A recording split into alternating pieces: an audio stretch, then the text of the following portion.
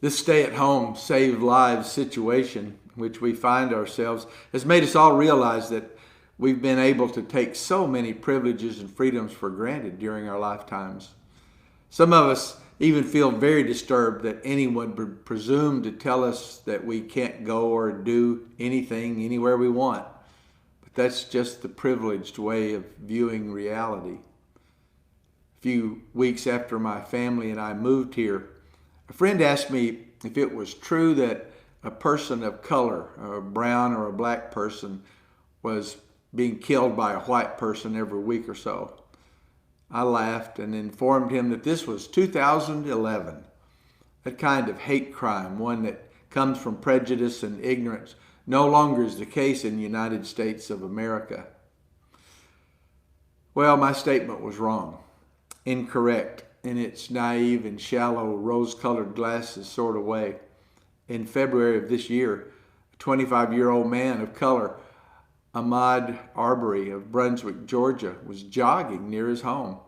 He was accosted for looking suspicious. An altercation ensued which led to his being shot, murdered on that clear February morning. The fact that a person was murdered was tragic enough by itself. The fact that it was a person of color who was murdered didn't make it different than anyone else being murdered, at least at first. But then weeks went by with no official word from the local police department or the prosecutor's office. Finally, the Georgia Bureau of Investigation stepped in. 2 days later, 2 white men were accused of the murder. Turns out that a video of the murder had been in existence from within a day or so of the actual event. One of the suspects used to be a county sheriff's deputy and an investigator for the prosecutor's office. Both men accused of the murder are white. As I said, the fact that a white man is accused of murdering a man of color is tragic.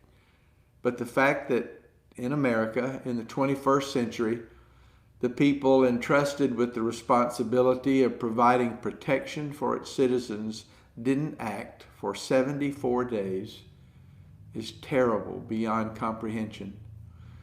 As a white man, I find myself humiliated by the actions of other white men, not just the murderers, but the police, the prosecutor's office. I apologize to my friends of color and to all the brown and black citizens of our country for those unconscionable acts of prejudice and entitlement. I'm not making a political statement here. I'm stating that as a redeemed child of God, God, whose son, a brown man from the Middle East, died so that my sins could be forgiven. I've been given grace so that I can share the love that God showered on me, and it breaks my heart to think that entire races of people in our country can't ride their bikes or jog in neighborhoods because they're not white.